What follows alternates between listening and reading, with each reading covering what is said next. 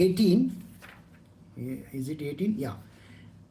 And we had also learned that there are lots of things which a person is supposed to do. That means an individual who is in the world of spiritual is not supposed to be a selfish human being. See, how does this work? Suppose you are an enlightened person. You have got everything you want. What is it that you want? You got knowledge, you got enlightenment, you got everything. And then you are reluctant to pass on that to another person. So you are going to be unhappy. You are going to have sadness in your life. You are going to have misery in your life. You see, think about it like this. There are 4 children and there is a prize in the class. You see, prize, you understand, a prize is given in the class. So the teacher says to the students, the person who does well, I will give him a big bar of chocolate. A bar of chocolate. So out of these 4, one child wins the bar of chocolate. And imagine he is eating the bar of chocolate in front of these other 3 children. Now you are one of the child over there. How are you going to feel about it? And this person and this child who is eating this bar is enjoying it. He is doing enjoyment over there. He is not willing to share. He is selfish to the core.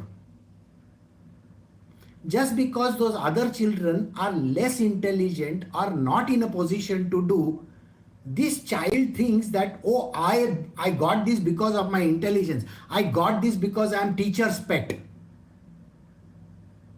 Do you get the point? People think it is a privilege and they misuse privileges. There are needy people in this world. The needy people may be not so good at it.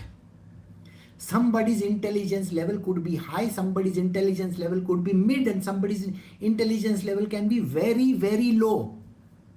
They may be absolutely street type. But does it mean that you are not supposed to give that?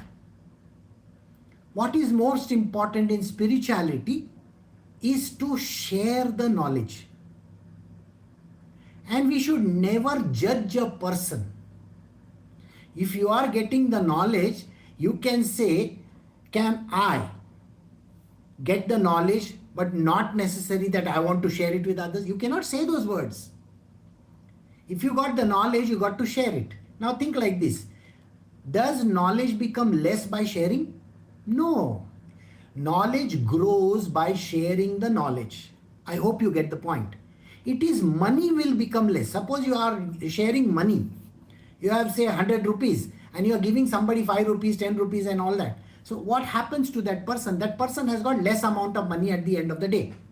But with the knowledge, can I say my knowledge became less because I shared the knowledge? No. So in the world of spiritual and also in the material world, it is important to share the knowledge. Human beings keep the knowledge to themselves. Let us say you are sitting on a patent. You know what a patent is, isn't it? Suppose you are sitting on a patent and you don't want to give the patent to anybody. You are waiting for the patent to give you eggs, that means money. And nobody in this world is buying your patent. So your patent dies with you. See, there is certain rules which says, you can use it for 10 years and all that. Then suppose your patent dies with you, what happens to that? So you got a diamond and you hid it in a very deep well or something like that so that nobody can get it. Is that okay with you? So the knowledge is that. Knowledge has to be shared with everybody, not just with yourself. I hope you get this point. And you should not be having this kind of an understanding that somebody is good or somebody is bad. The happiness comes when you share, when you give others. It is not when you eat it yourself. You may earn $1 billion, but that $1 billion which you are going to put in your bank account or put it in shares or whatever, what use is it to the world? Tell me. See, and I understand there is a capitalist philosophy and there is a philosophy where it is a democratic kind of an institution. Okay, let us distribute everything and all that. No. What I am trying to say is this. If you have so much money and if the world needs it, why is it not important for you to give it? Got the point? Similarly, in knowledge, if you have so much of knowledge, why is it not important for you to pass on the knowledge to those who deserve it, those who need it? Again, who are you to decide the desirability? You get what I am saying? Human beings think that they are deserving, somebody is deserving and somebody is not.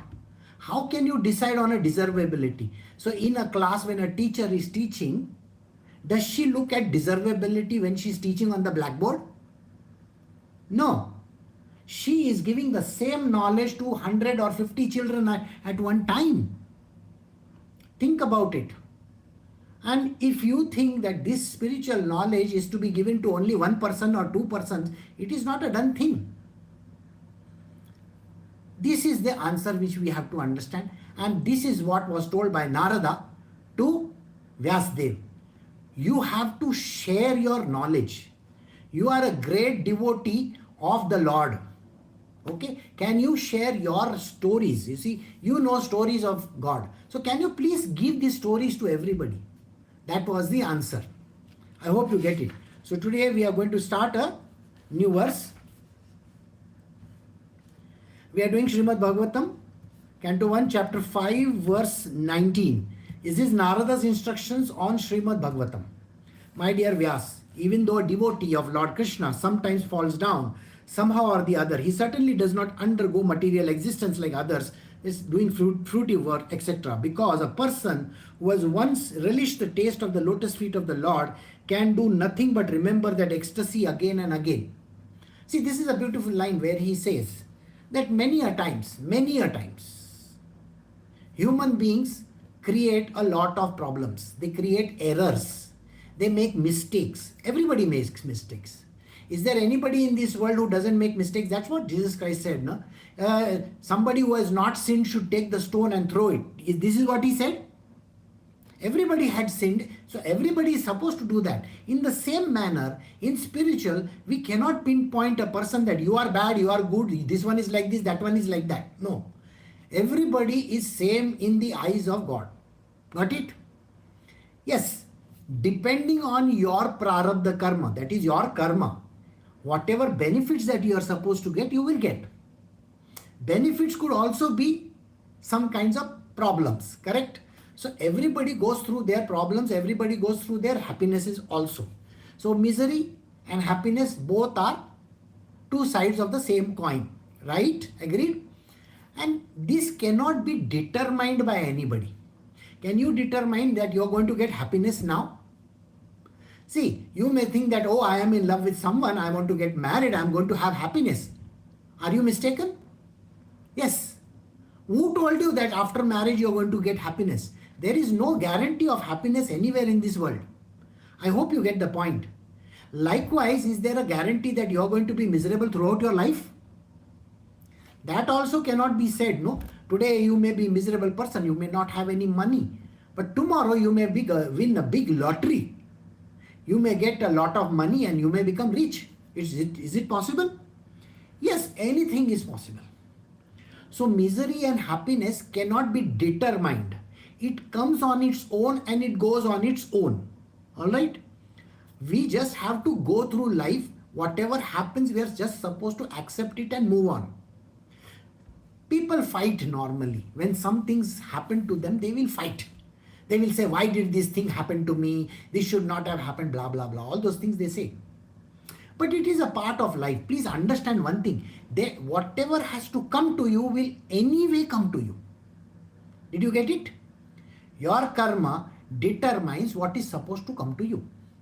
And that is the reason why our job in this life is to face life the way it comes. And we should not be bothered about how that comes, what happens. It is going to happen. If there is happiness, you will get happiness. If there is sadness, there is going to be sadness. If you are going to be miserable, yes, there is going to be a misery. Right? Now, even for a devotee of God, see the words, even for a devotee of God, the God's devotee may fall down by doing his task. Sometimes the person goes off the track. What happens to the person? He loses the track. If a person loses the track, that is what he says, somehow falls down. Is there anybody in this world who will not fall down? You may think you are perfect. Today you may think you are perfect, but just the thinking itself will make you fall down because that's your ego talking.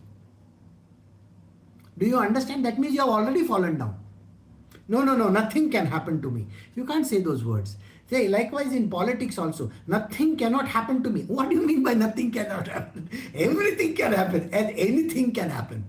Some people get elected, some people lose, some people this thing happens, that thing, everything happens. Now, we are so much bothered about our daily life, isn't it? So what happens is, a person may be on the path of spiritual.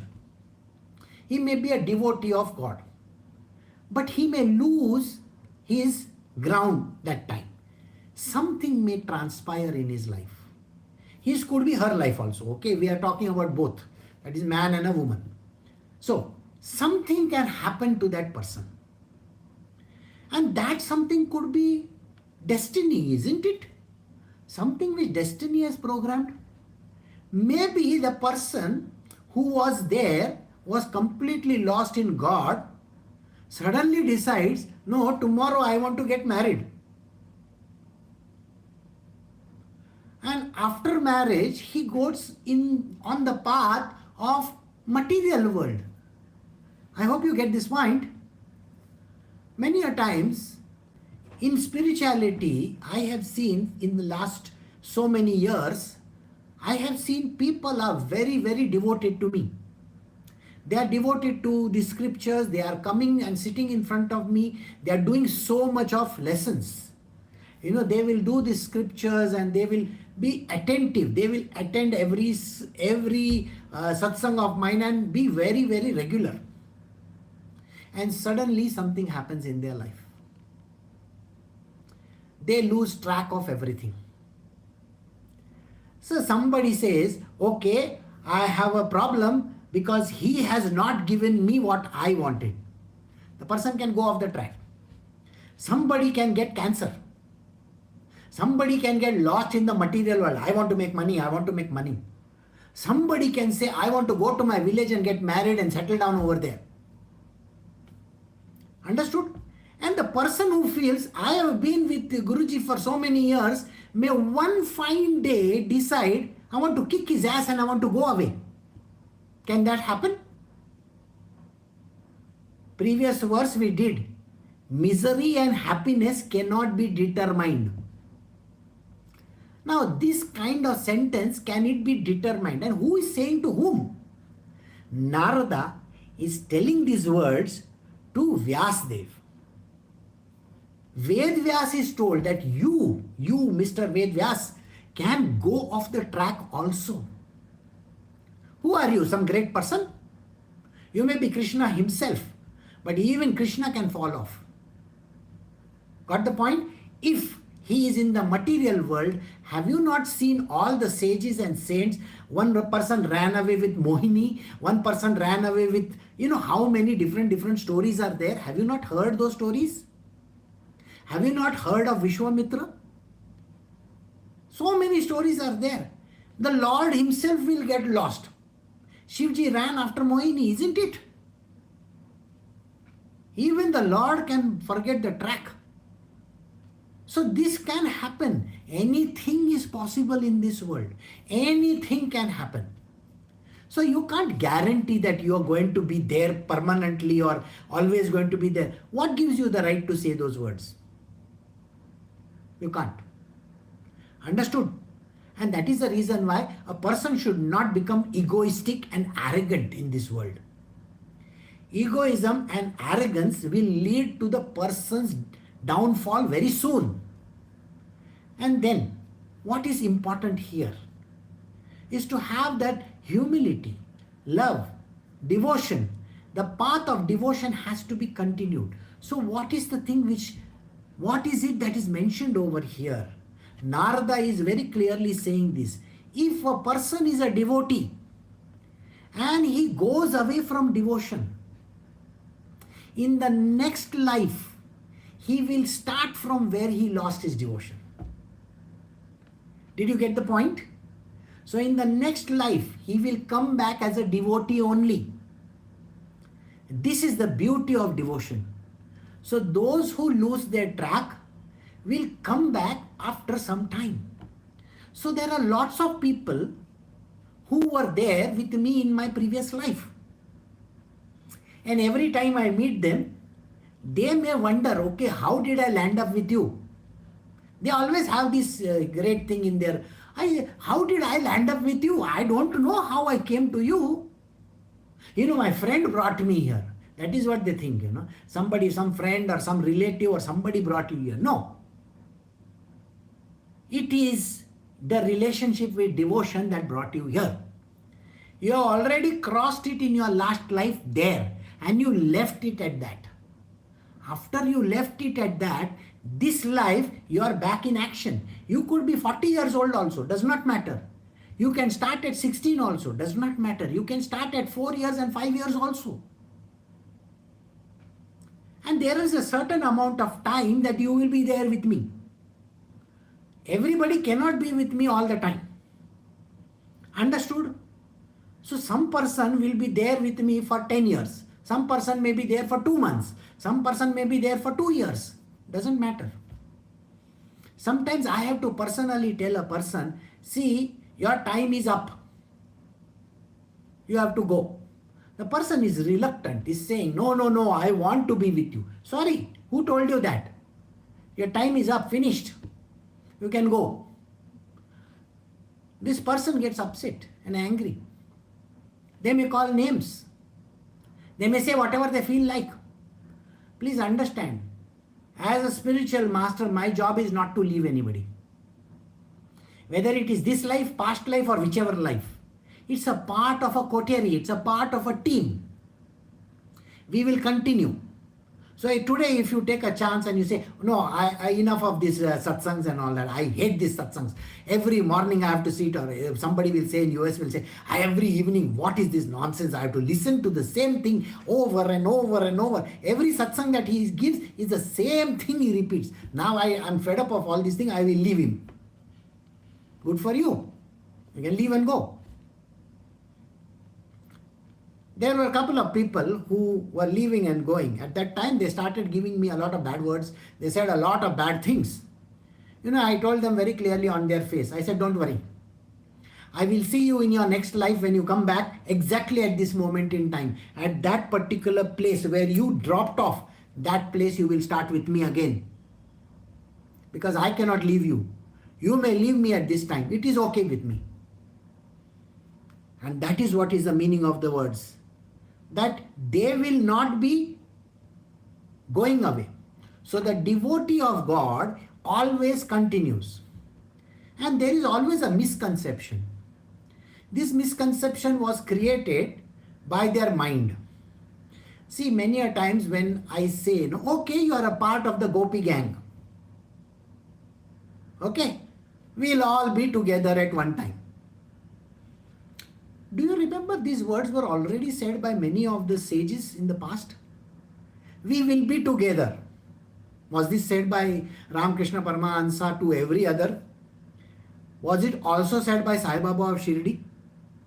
We will be together and we will enjoy our talks over here. He said that, isn't it? What does that actually mean? When the sage or the saint or the dear Lord who has come on earth as an avatar, when he says these words, you are assuming that after your death you are going to be with him. That is your assumption. That assumption is not correct. Because in your world, you are figuring out time as a linear factor. No. What he is saying cannot be understood in the normal sense. You will be with me can be that after the end of this entire yuga, you will be with me. Could be that, isn't it? Or no? All the disciples of Buddha said the same words to Buddha. You know how many disciples were there? Many of them. 4 were principal disciples. They also said to Buddha, Buddha, we will be with you. We also want to become like Buddha. Buddha said, there is no entry for you people. I am not giving you permission to enter along with me. There is another domain which is there which you have to go to. That domain is called the Bodhisattva domain. So you go to Bodhisattva domain, mark your attendance and see what is your next duty. Maybe you are there in your night duty or maybe you are there in your next duty. You know, they call it the rooster. In most of the companies they call it the rooster, isn't it? So you will get a rooster, you will get okay. Or if you are a pilot, what happens to the pilot? Pilot gets that document at home, oh, you are there on the next flight. From here to Muscat. From Mumbai to Muscat is your next flight. And it was not a part of the itinerary and suddenly he will get it. So then, this is what happens. So you have a rooster where you are supposed to be joining another duty somewhere. So the poor Bodhisattva has to come back again. Now Bodhisattva doesn't come alone. He has got his Astra Shastra and all those things. Okay? Means what? He's got his assistants also coming along with him. He doesn't come alone. When the captain of the football team goes or the captain of a cricket team goes, does he go alone to play? He goes with his team, isn't it? So the team goes and team comes with him because they are a part of his circle. So this person who asked me this question, I told that person, yes, you are a part of my coterie and my team. I am going to do the selection for the next. What do you mean by that? I am going to do the selection for the next life. You behave nicely with me, I will put you in the team next time. Otherwise, you can go and sit on the bench. Or in the pavilion. You can just cool yourself and keep on drinking Coca-Cola over there. No problem. So that is how it works. So it doesn't mean that you will be back in action. It could be you will be benched. It is called benching, no? It's a very common term in IT industry. This person is benched. So like that, you could be benched over there. And you could be the next team, not you. Somebody else will go. You're going to get angry about it because you say, what is it? I have done a good job, but no.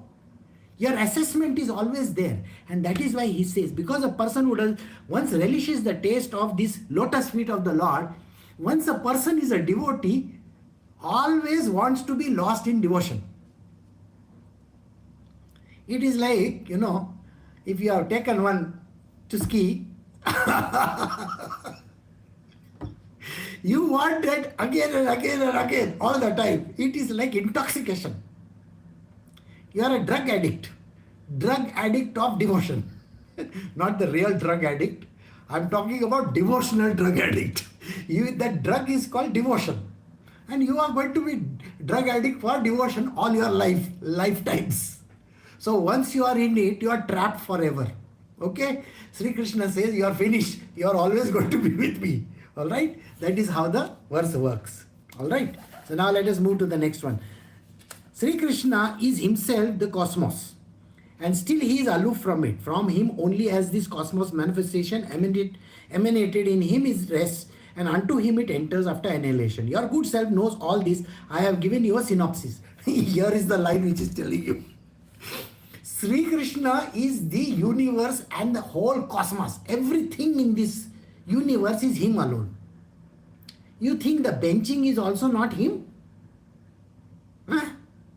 Do you understand what I am talking about?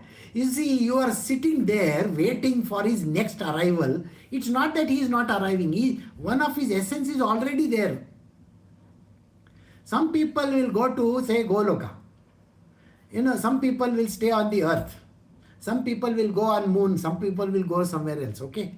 One day, there was a very funny incident that happened. My daughter was in her room. This was in midnight, in the middle of the night. And she was doing her studies or something like that on her table. And it was very cold outside. It was minus 30, 40 degrees or something like that. She was in north of England. And it was chilled and to the bone. And she was sitting and doing her studies.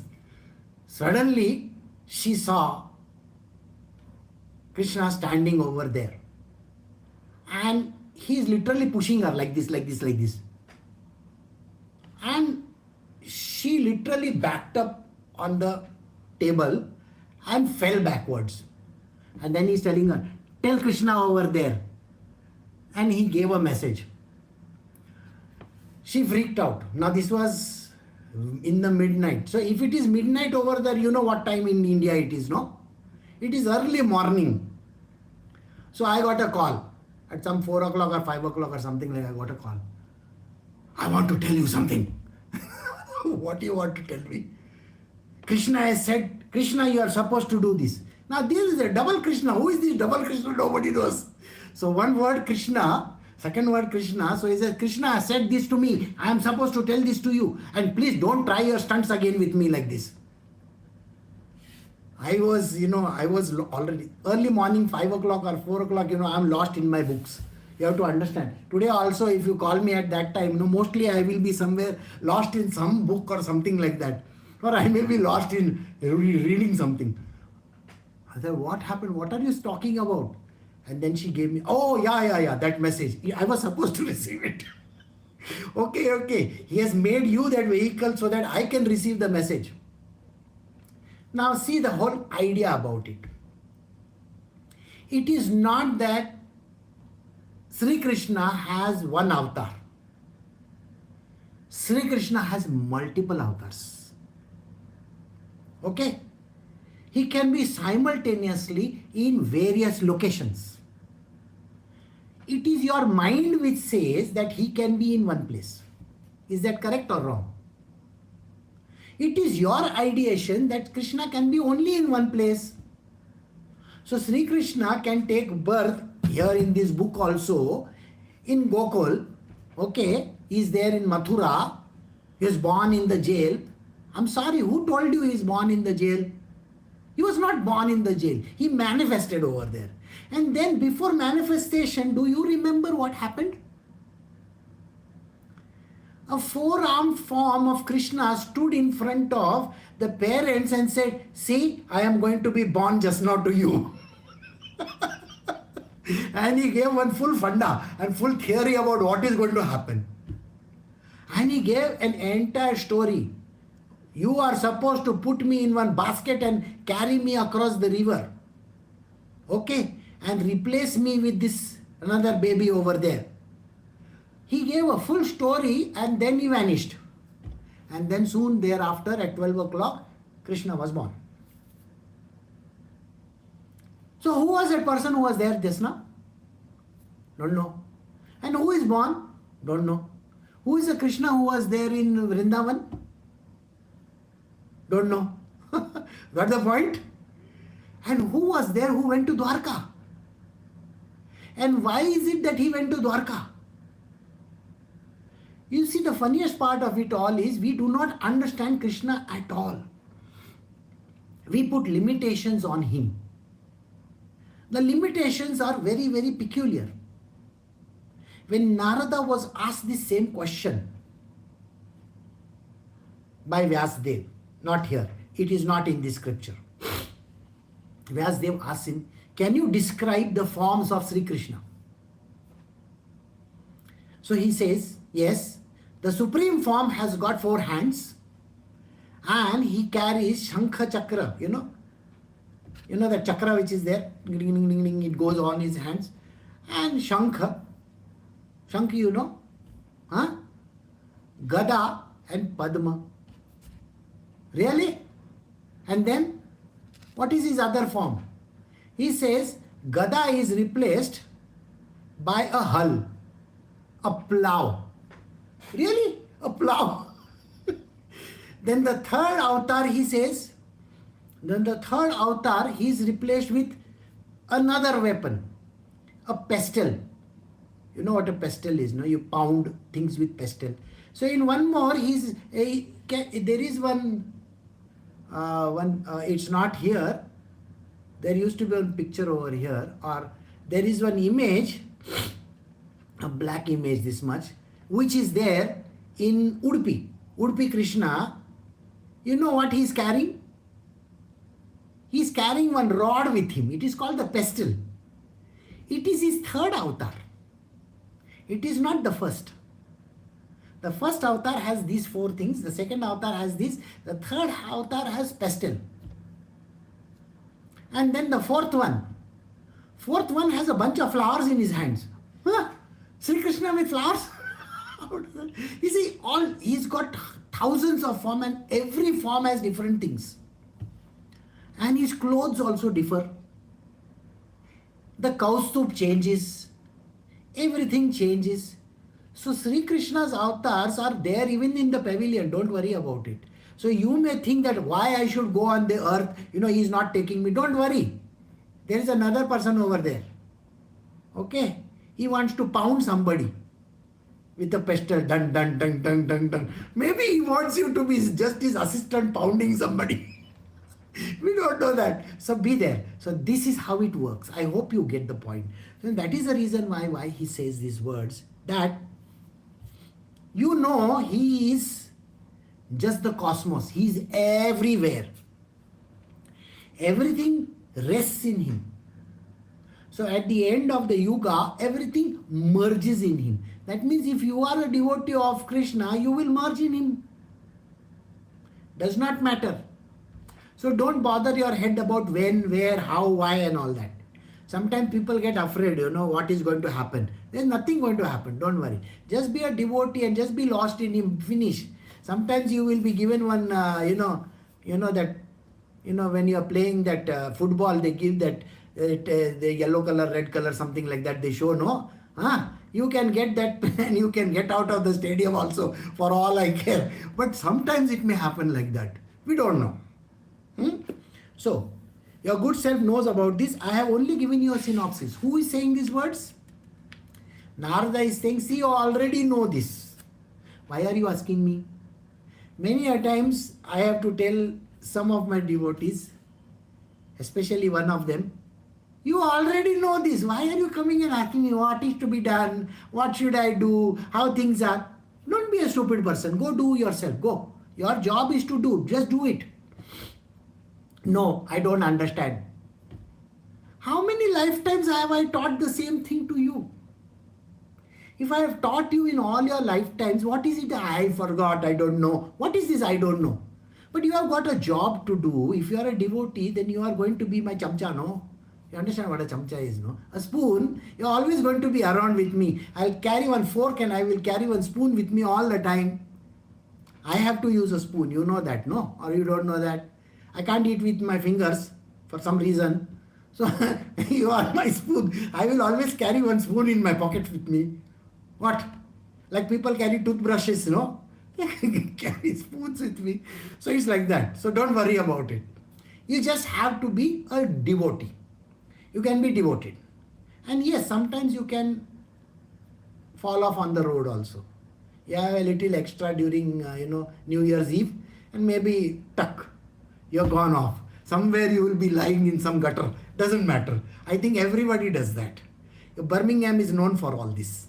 Have you seen how people in the middle of the street, they will be going naked on the streets. They'll be drinking, falling down here, there. In England, I think it's a very common thing. I don't know whether in New York also. I've seen New York City where, it's pictures, where the young women and all are New Year and all this Christmas and all full. They are in full command of the road. One for the road, no. Everything for the road. And because they are on the road after that. So anyway, coming back to our story. So verse 21. Your goodness has perfect vision. You yourself can know the super soul personality of Godhead, that is Sri Krishna, because you are present at the plenary position of the Lord. Although you are birthless, you have appeared on the earth as a well-being of all people. Please therefore describe the transcendental pastimes of Sri Krishna more vividly. So he says, Narada is telling him, see, don't act stupid, okay? I mean, I am saying it in my language. I can't say these words to Vedvyas. Vedvyas will give me tight. Ah, Narada also will have to, become very politically correct when he's addressing. You see, your goodness has perfect vision. Okay? Is it 6 by 6 or something like that? Or whatever. You've got perfect vision. You can see everything around you. You don't have to wear glasses. That means you know everything. Perfect vision means your knowledge is perfect. Except that you are sitting over here. What am I going to do? What am I going to do? What am I going to do? What is this? What are you going to do? You are going to do everything that you are supposed to do. Go. See, in life, we also come across this situation where a person says, I don't know what I'm going to do. Especially in my entrepreneurship class, everybody says, 6 weeks went by, 7th week went by, 8th week went by. I don't know what I'm going to do. I don't know what I'm going to do. I don't know what I'm going to do. But you are going to do otherwise also. Okay. So there also, you will not be saying, I don't know what to do. You're not like a vulture. Okay. From Jungle Book. What are we going to do now? What are we going to do now? Anyway, you're going to do that. So he says, you know the Lord. Why? Because you are a portion of the Lord. Did you get it? You are Sri Krishna yourself. Don't you know that? This is the problem with Sri Krishna. When Sri Krishna comes on earth, he himself doesn't remember who he is. And this is a fact of life. He says, I lost my memory, what to do? And sometimes he will act like a normal person. Many a times, he has to be given a wake-up call. Hey, come on man, your job is to not do this. Wake up, wake up. Wake me up before you go. So, wake up. This is what you got to do. And then he'll say, oh really? Okay, I will do then. And then he will start. So, even when Vedvyas is concerned, he also needs a wake-up call. Now, do you know that there is a story which says this wake-up call thing?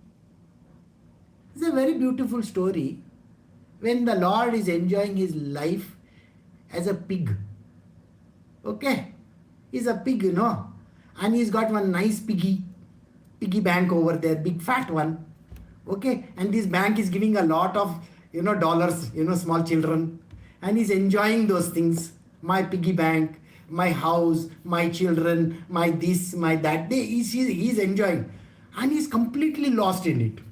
All the gods get upset. He says, what is this Sri Krishna doing over there?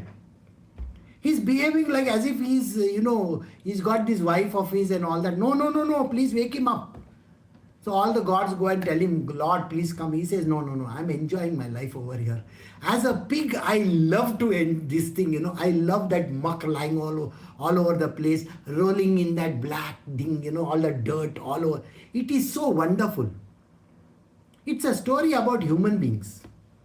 We are pigs of the highest order. We love to wallow in our muck all over the place. What is the muck? Wife, children, house, and a pigsty. Have you heard people when the mother goes to the child's room and says, what is this? Your room is like a pigsty. Doesn't she say these words? And human beings love to live in this pigsty. Family, wife, children, house, muck all over the place, money, this, that lying over there, and grunting all the time. Like that, how the pigs grunt, no? They keep on grunting and they just sleep over there. It's like that, so very funny. And that is the problem with human beings. God is also like that. When he takes a human form, he comes and he does this. So there has to be a wake-up call. So what is the wake-up call? They all go to Shivji. All the gods, every god goes to Shivji and says, please, can you wake up Mahavishnu? He's a Vishnu avatar, okay? Sri Krishna's avatar only. Can you go and wake him up? He's not listening to us. He's got so much lost in that piglet, the world of his, in that pigsty. Go wake him up. And Shivji goes over there and says, Come on, Lord, your job is to go and do your work upstairs in the heaven. We have a lot of things to do. No, I just want to enjoy some more. Isn't that what we do early in the morning also? And especially when it is cold. It's cold, I want to sleep in bed. What is the difference between you and that? So don't enjoy. So he doesn't listen. So finally, what? Shivji has one nice pin, pointy stuff. You know what that is, no? Trishul. And imagine he pokes it in his whatever, rump or whatever. And then finish. Tea rump. And then, come on, let's go. Come on, let's go. And then the Lord dies and goes to heaven. This is the story. Here Vedvyas is doing exactly that. He says, I don't know what to do. I'm so lost in this world. I have written enough. So he says, no. You wake up from your call. Wake up and start doing something. What are you supposed to do? Write stories. You are the only person who knows all the stories of the Lord. Now think about it. Vedvyas was born at that point in time. How does he know the stories of the Lord? Because he's the Lord himself. Can you not understand that? See, when I woke up in 2001, my biggest difficulty was this. So if I open any book, I know this. What do you mean by I know this? You really go mad thinking, I want to go after a book which I don't know. So I went and bought even the Mormon's Bible, okay? I bought that Bible. I bought the Jewish Bible. I bought some very ancient Egyptian texts also. Okay, translations. Okay, I don't understand any other. Otherwise, tomorrow you'll say, do I know Chinese and all that? No, I don't know. So I bought Confucius. I bought this one. I bought that one. And I said, which is the most difficult book in the world? I'll buy that also. Buy means doesn't buy, second hand or something like that. So I bought and I said, I'm going to test myself. Do I know this or no? And I will randomly open a page. Yeah, I know this. This was the big difficulty. And that my thing was, how do I know? I have never opened this book. The first time in life I am opening this book, isn't it? And that was the mystery. So the first question that I asked my Guruji when I met him, how do I know all these things? Who taught me all these things? This body doesn't know anything. So he says, that book is written, no? Where it is written, I met your grandfathers, all that thing. Yeah. I have taught you all these things. And that day I was carrying one book in my hand. That book also I taught you. You can imagine what would be my condition after that. Here this poor fellow, Ved Vyas, is looking at Narada. What are you talking about? I don't understand. This is all very strange to me. So he knows everything because he is there. And he has written the whole thing. He is a part and parcel of the whole stories. So naturally he will know it is divine knowledge. Nobody has to give it to you. Nobody has to tell you the original stories. You are the original person. You know your original stories. Many a times I also tell you all stories which are not there in any scripture. And you will wonder, ye kaisa hota hai? How does this work? We don't know. Don't worry. Those are original stories. And they are not known to you because it is not written anywhere. All these sages and saints of India, they will go and read a book and then they will do that. I don't have to. I just open the book and then I look at the camera. Or normally I am looking at the wrong place. Camera is there, I am looking here. Because I am looking at the screen rather than the camera. That is the problem. So here, the same thing happens with Vedvyas. He says, I don't know. So he says, the Narada is saying, see, for the well-being of this world, your job is to do this. You can imagine me getting kicked so many times. Imagine, I'm like a football, dump, like that. And And imagine, Dattatreya has got 2 powerful legs. He's got 3 heads, boss.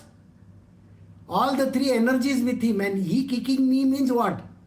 Your job is to do this. I don't want to do. No. I mean, just imagine like that. Think about it. Sounds very funny, isn't it? So you have to go and do your duty. People come and tell me, I am not going to do. I want to enjoy myself. I want to go to Himalayas. I want to settle down over there. You want to be a part of my gang next time or no? Here is the proof of it. You want to be benched? Go. I don't care. You want to come next time? Then it's okay with me. You can leave me and go today. Next time I'll see you again. Bye. So my door is always open. Come and go. Wee Winky goes to the town, upstairs and downstairs in his nightgown. Like that. So you can be Wee Winky. Doesn't matter to me. Okay. Right? So it is like that. So he says, you are the personality of that God, Sri Krishna himself. You know all your stories. It is your job and your duty. It's your beholden duty. It is your swadharma to write these stories about yourself and write it beautifully. And this is what the advice is given by Narada to Vedvyas. So we have come to the end of verse 21. We will stop over here. Recording stopped.